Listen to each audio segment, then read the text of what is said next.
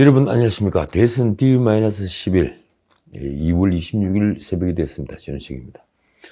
어제 2차 법정TV 토론이 있었습니다. 이 방송 준비를 할 때 말입니다.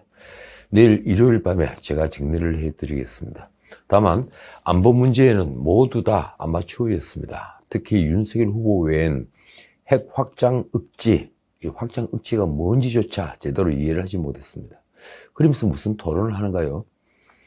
대장동 게이트를 두고 벌인 논쟁도 기가 막혔습니다. 이 말씀만 제가 드리죠. 방귀 낀 놈이 성을 낸다. 대선을 앞두고 보수 우파에 지금 비상이 걸렸습니다. 이 자영업자들에게 300만 원 돈이 뿌려지고, 그리고 오미크론 확진자가 하루 20만 명이 되고, 우크라이나가 러시아에 속절없이 짓밟히는 걸 모두 다 지켜보면서 다시 이 국기 아래 결집하려는 대중의 속성이 나타나고 있는 것 같습니다. 대선 분위기가 급변하고 있는 겁니다. 그 변화의 가장 큰 원인은 야당 당대표가 뿌렸습니다. 야당은 안철수와의 단일화를 미적거리는 걸 넘어서 당대표라는 청년이 상대 후보를 조롱하는 작태를 벌였습니다. 한참 나이가 많은 상대 후보를 말입니다. 자연히 민심은 돌아서기 시작했습니다. 배부른 돼지에게 먹을 걸 던져주는 주인은 없습니다. 야당과 야당의 대표는 그 배부른 돼지 흉내를 냈습니다. 어제도 제가 말씀드렸지만 절박한 자가 승리하는 법입니다. 잃을 게 없는 국민의힘과 윤석열은 솔직히 절박하지 않습니다. 적어도 민주당보다 절박하지 않습니다. 그러나 선거에서 패배하면 모든 것을 잃는 민주당과 이재명은 절박합니다. 지면 모든 걸 잃고 나락으로 떨어진다는 절박함으로 그들은 하루하루 선거운동을 벌이고 있습니다. 청와대도 절박하기도 마찬가지입니다. 문재인은 정치 개입, 선거 개입이라는 비난을 무릅쓰고 군산에 1년 후에나 생산을 본격화할 조선소 재가동 협약식에 갔습니다. 신문은 사설에서 노골적인 선거운동이라고 질타했지만 문재인은 눈도 깜짝하지 않습니다. 어제 말씀드렸지만 가장 절박한 쪽은 국민입니다. 보수 우파를 비롯해 이 나라의 양식 있는 국민은 지금 절박합니다. 윤석열과 국민의힘이 이 보수 우파 국민만큼 절박하다면 문재인 정권의 후한무치한 권력은 진작 끝났을 것입니다. 아마도 이 문재인의 수많은 실정 중에 가장 큰 실정은 탈원전 정책일 겁니다. 태양광과 풍력으로 원전을 대체한다는 건 수많은 문제를 낳습니다. 우리는 지난 5년간 비싼 대체 에너지를 생산한다고 산림을 파헤치고 농어촌을 파괴하는 것을 목격했습니다. 다행히 아직 목포 앞바다를 비롯해 풍력 단지를 만든다는 삽질은 본격화하지 못했습니다. 판도라라는 영화 한 편을 관람한 뒤에 이 진보 좌파의 주장을 그대로 받아들여 탈원전을 밀어붙였던 문재인은 태양광 패널이 파괴한 산야를 보면서 지금 무슨 생각을 하고 있을까요? EU에서 원전을 친환경 에너지로 결정한 것을 보고 그는 자신의 무시를 깨달았을까요? 태양광이나 풍력보다도 원전은 친환경적이라는 평가가 지금 계속 나오고 있습니다. 문재인은 집권 기간 내내 탈원전에 목을 맸습니다. 심지어 원전 경제성 평가를 조작한 장관과 부하들을 비호했습니다. 그 결과 한전은 연간 4조 원 넘는 적자를 보였고 올해는 적자가 10조 원에 이르게 됐습니다. 그 빚도 고스란히 미래 세대의 몫입니다. 가장 큰 피해는 세계 최고인 원전 기술이 사장되고 퇴보를 한 것입니다. 인력부터 사라졌습니다. 그런데 어제 놀랍게도 문재인이 탈원전 정책에서 한 발 물러났다는 뉴스가 나왔습니다. 퇴임 2달을 앞두고 말입니다. 문재인은 어제 25일 글로벌 에너지 공급망 현안 점검회의라는 데서 이렇게 말했습니다. 향후 60년 동안은 원전을 주력 기저 전원 그리고 파워 스프라이 이 전원으로 충분히 활용해야 한다. 그러면서 건설이 지연되고 있는 신한울 1, 2호기와 신고리 5, 6호기에 대해서도 이렇게 주문했습니다. 가능한 빠른 시간 내에 단계적 정상 가동을 할 수 있도록 점검해달라.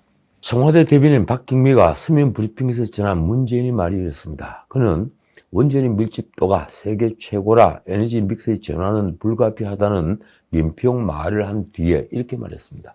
원전이 계속되는 향후 60여 년 동안은 원전을 주력 전원으로 충분히 활용해야 한다. 적절한 가동률을 유지하면서 안전성 확보에 만전을 기해달라. 임기 내내 탈원전 드라이브를 걸었던 문재인은 왜 지금 후퇴하는 걸까요? 그건 얼마나 남지 않은 대선에 탈원전 정책이 얼마나 나쁜 영향을 미치고 있는지를 그가 잘 알기 때문입니다. 자, 어제 대장동 게이트에 관련해서 빅뉴스가 터졌습니다. 버려진 대장동 문건 보따리를 입수했다. 이재명 결재 서류가 나왔다.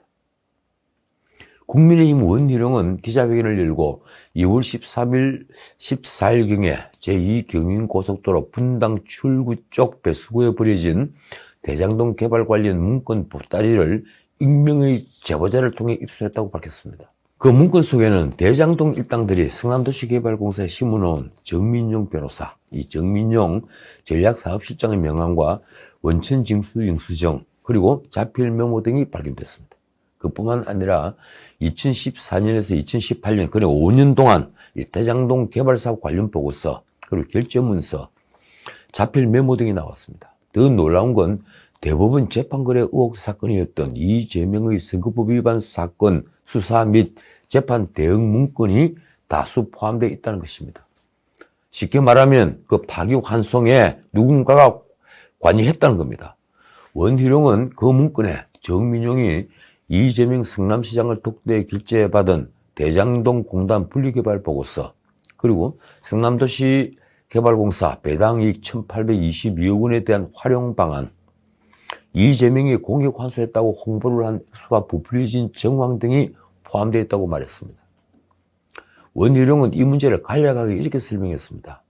이재명의 결재로 결합개발이 분리개발로 바뀌면서 실제 대장동 일당에게는 약 2,700가구의 용적률 특혜를 줬다.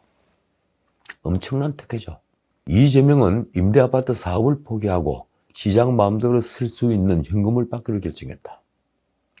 원희룡은 수많은 증거물을 못 찾은 건지 안 찾은 건지 국민 신뢰는 이미 무너졌다며 이렇게 요구했습니다.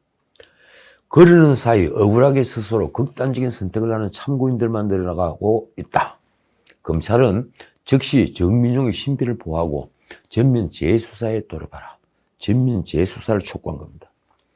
그러나 서울중앙지검은 직후에 이런 입장문을 냈습니다. 원희룡이 제시한 3개의 문건은 수사팀이 작년에 입수했고 그중에 공소사실 관련 2건은 재판의 증거로 제출했다. 국민의힘이 그러자 곧 되받았습니다. 공개한 문건은 입수한 보따리의 빙산의 일각이다.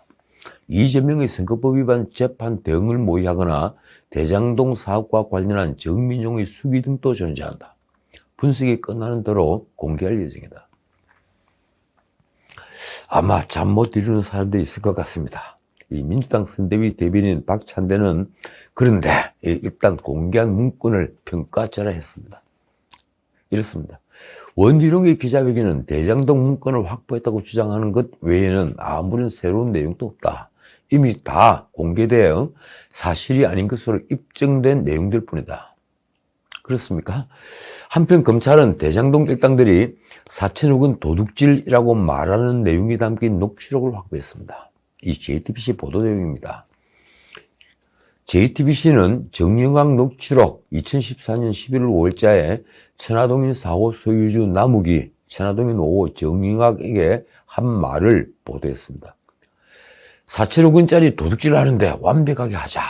이것은 문제되면 게이트 수준이 아니라 대한민국을 도배할 거다. 그러니까 그들이 이 범죄가 얼마나 엄청난 범죄인지 너무 잘 알고 있었던 겁니다. 이 대화 한 달 뒤인 2014년 12월 성남시는 대장동 민관합동 개발을 선언했죠. 그리고 2015년 2월에는 초과이익 환수 조항이 빠진 채 대장동 사업자를 공모하는 절차가 진행되어 화천대유 등 민간업자와 성남도시개발공사가 공동 출자한 성남의 뜰이 시행사가 되었습니다. 그러니까 이 남욱 정영학 등은 화천대유가 사업자로 선정되기 3개월 전에 이미 이 자신들이 얻게 될 수익을 예측하고 있었다는 것입니다. 실제 이들이 분양이익을 제외하고도 대장동 사업을 통해 가져간 배당 수익만 4,040억 원입니다.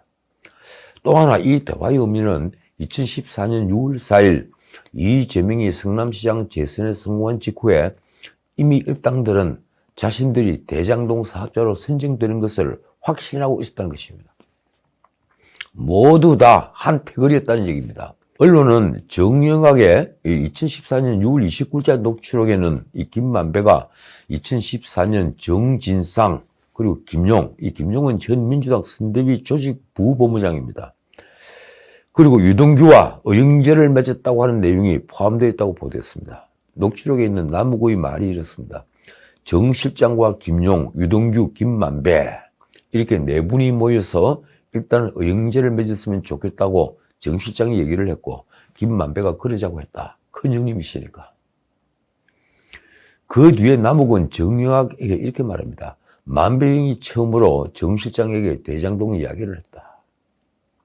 이 녹취록 보도에 민주당 선대위는 국정감사에서 실체 없는 주장으로 밝혀진 일이며 사실 무근이라고 했습니다. 그런데 이뿐만 아닙니다. 검찰은 또 2014년 11월 남욱이 하나은행 관계자에게 무관도, 이 무관도라는 중국 영화 있죠? 홍콩 영화입니까? 이 무관도 영화에 찍는 것처럼 공사 안에 우리 사람을 넣어뒀다고 발언한 내용도 확보했습니다. 우리 사람은 바로 성남도시개발공사 투자사업팀장의 심은 정민용 변호사입니다.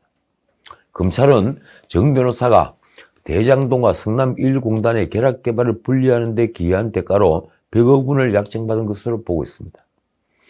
2020년 10월 녹취록에는 또 유동규가 한 이런 말이 나옵니다. 분명히 옵티머스처럼 불꽃이 어딘가 나올 텐데 왜 안 나올까? 만약에 불꽃이 한번 터지면 그 불꽃은 누구도 못 막습니다. 그렇습니다. 불꽃이 아니라 화약고에 이미 불이 붙었습니다. 그런데 한쪽은 지금 결사적으로 그 불을 끄려고 합니다. 당군일의 최대 사기극을 말입니다. 자, 제가 오늘 모두에 말씀드렸지만 대선 여론이 급변하고 있습니다. 저는 지난 방송에서 대선 2주 전 이미 대선은 기울었다고 말씀드렸는데 솔직히 말해 지금 이변이 벌어지고 있는 것입니다. 그래서 어제는 절박하지 않은 국민의힘과 그리고 절박한 이 민주당을 말씀드렸습니다. 오늘도 제가 모두에 말씀드렸지만 잃을 게 없는 국민의힘과 달리 이 민주당과 이재명은 이번 선거 패배는 모든 것을 한순간에 잃는 걸 의미합니다. 그 절박함이 대선 판도를 이렇게 오리무중으로 만든 걸까요? 심지어 이재명이 윤석열에 다시 역전했다는 여론조사 결과도 나왔습니다. 한국갤럽이 20일부터 24일까지 3일간 이 자체 조사한 여론조사 결과는 이렇습니다. 이재명 38%, 윤석열 37%, 안철수 12%, 심상정 4%. 이재명은 일주일 사이 4%포인트가 올랐고 윤석열은 정반대로 4%포인트가 하락했습니다. 안철수는 1%포인트가 상승하면서 하락세가 멈췄습니다. 놀라운 건 윤석열이 믿었던 20대의 지지율입니다. 이렇습니다. 윤석열 26%, 이재명 28%, 30대는 38%대 26%, 그리고 40대는 57%대 22%, 또 50대는 47%대 38%로 모두 이재명이 윤석열을 크게 이기고 있습니다. 윤석열이 우위를 보이는 세대는 28%대 58%의 60대와 23%대 59%의 70대 뿐입니다. 말하자면 국민의힘과 이준석이 내세웠던 세대 포이론이 완전히 틀렸다는 얘기입니다. 다만 지역별 구도는 그대로 계속됐습니다. 가장 관심이 높은 서울은 이렇습니다. 윤석열 44%, 이재명 32%. 반면 경기 인천은 이재명이 우위를 보였습니다. 이재명 41%, 윤석열 32%. 윤석열이 공을 들여온 광주 전라는 이렇습니다. 윤석열 16%, 이재명 63%. 이 갤럽조사에서 정당 지지도는 민주당이 앞섰습니다. 민주당 39%, 국민의힘 34%. 자, 그런데 이 조사 직전 같은 한국갤럽이 조사한 이 머니투데이 여론조사 결과는 박빙이지만 윤석열의 우세를 보여줍니다. 윤석열 39%, 이재명 38.3%, 안철수 9.5%, 심상정 3%. 이 조사에서 20대는 윤석열이 우위를 보였습니다. 윤석열 33.5%, 이재명 20.7%. 그러나 이재명은 이 조사에서도 40대와 50대에서 직진 조사보다 5%포인트 이상 오르면서 54.5%, 그리고 55.6%를 기록했습니다. 30대에는 윤석열 36.3%, 이재명 35.7%로 접전이었습니다. 이 조사에서도 서울은 윤석열 44.6%, 이재명 39.4%로 윤석열이 우세했으나 인천 경기에서는 이재명 40.7%, 윤석열 36.1%로 이재명이 앞서는 양상을 보였습니다. 자, 엠브렌 한국리서치 등 4개사가 21일부터 23일까지 3일 동안 한 MBS 여론조사, 이른바 이 지표조사 결과입니다. 윤석열 39%, 이재명 37%, 안철수 9%, 심상정 3%. 지난번 조사에서 9%포인트로 차이로 앞섰던 이 윤석열은 이제 2%포인트 차이로 이재명을 앞설 뿐입니다. 많이 좁혀졌습니다. 이번 조사에서 정권 교체로는 지난 조사보다 1%포인트가 하락해서 49%, 그러니까 50%가 무너졌습니다. 국정 안정론은 3%포인트가 올라 41%였습니다. MBC가 이 코리아 리서치에 의뢰해서 22일, 23일 이틀간 조사한 결과는 이렇습니다. 윤석열 41.9%, 이재명 39.6%, 안철수 7.8%, 심상정 2.5%. 일주일 전에 방송 3사가 실시한 여론조사와 비교하면 이재명, 윤석열 두 후보의 지지율 격차는 4.0%포인트에서 2.3%포인트로 좁혀졌습니다. 이 조사에서도 정권교체 의견은 50% 이하로 줄어들었습니다. 정권교체 의견 49.6%, 정권 유지 의견 42.5%. 자, 다음은 OBS가 미디어 리서치에 의뢰해서 20일, 23일 이틀간 조사한 결과입니다. 윤석열 43.2%, 이재명 42.2%, 안철수 6.2%, 허경영 2.9%, 심상정 그리고 2.4%. 이 허경영 후보가 끼어들었군요. 역시 지난주 조사보다 윤석열은 2.2%포인트가 하락했고 이재명은 1.8%포인트가 올랐습니다. 리얼미터가 오마이뉴스의 의뢰로 20일부터 23일, 그러니까 나흘간 조사한 결과도 아주 박빙입니다. 윤석열 41.9%, 이재명 40.5%, 안철수 6.8%, 심상정 2.6%. 윤석열은 지난주 조사에 비해 1%포인트가 하락했고 이재명은 1.8%포인트가 상승해 두 후보의 격차도 지난주 4.2%포인트에서 1.4%포인트로 좁혀졌습니다. 정말 박빙인 겁니다. 좋은 CNI가 19일, 20일 이틀 동안 조사한 결과는 이렇습니다.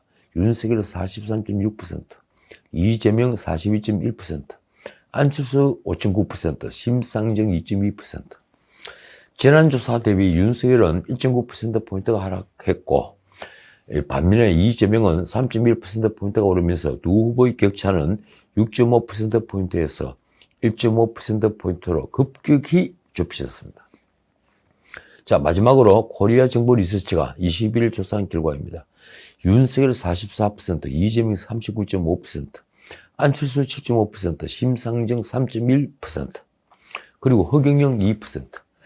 윤석열은 지난 조사 대비 0.3%포인트가 하락을 했고 이재명은 0.1%포인트가 상승하면서 두 후보 간 지지율 격차는 지난주 4.9%포인트에서 4.5%포인트로 소폭 감소했습니다. 결국 전체적인 흐름은 이렇습니다. 지난 일주일간 급격하게 윤석열은 하락했고 이재명이 상승했다. 일부 여론조사에서는 소폭이지만 역전나는 현상도 있었다. 결론은 이렇습니다. 거의 모든 여론조사에서 오차범위내 윤석열의 초박빙 우세를 보이고 있다. 그 원인은 무엇일까요? 저는 국민의힘이 그만큼 치열하지 않았다, 절박하지 않았다는 데 원인이 있다고 생각합니다. 무엇보다도 단일화의 대상에게 퍼부은 이준석의 조롱이 컸습니다. 다시 말씀드리지만 국민은 배부른 돼지에게 먹이를 주지 않습니다. 그 단일화의 상대인 안철수를 지지하는 6, 7%의 국민도 굉장히 중요한 국민입니다. 그분들이 자존심을 깨고 단일화는 불가능합니다. 그런데 국민의힘은 오만했습니다. 자, 오늘은 여기까지입니다. 이재명이 조원진 우리 공화당 대통령 후보에게 전화를 걸어서 힘을 합치자고 제안했다고 합니다. 참 기가 막힙니다. 안철수, 심상정 등에 이어서 연대 제의를 한 것입니다. 조원진 측 관계자의 말이 이렇습니다. 어제 이재명 후보가 직접 전화를 걸어와 국민통합정부에 힘을 합치자고 제의했다. 국민통합정부란 것은 무엇일까요? 그건 국민의 정권교체 열망이 식지 않자 이재명이 내놓은 고유지경입니다. 그런데 그게 박근혜 대통령을 박정희 외유에 묻어버리자고 선동한 이재명이 박근혜 대통령이 최측근을 자부하는 조원진에게 할 말입니까? 아무리 절박하고 다급해졌지만 사람으로서는 할 짓이 못 됩니다. 이준석이 안철수에게 리얼리언 키어키어 레알 커커라고 하더군요. 레알 커커라며 또 이렇게 조롱했죠. 나는 조롱할 수 있다. 이런 말을 한 것이나 이재명이 조원진에게 힘을 합치자고 한 것이나 이 모두 보통 사람들은 상상도 못할 일입니다. 정치도 사람의 길을 가야 합니다. 아니 정치야말로 사람이 가야 할 길을 걸어야 합니다. 그것을 우리가 정도라고 부릅니다. 지금까지 정치적이었습니다. 참고로 말씀드리면 저는 월요일 정치합시다 방송 관계로 일요일 저녁 때 돌아오겠습니다.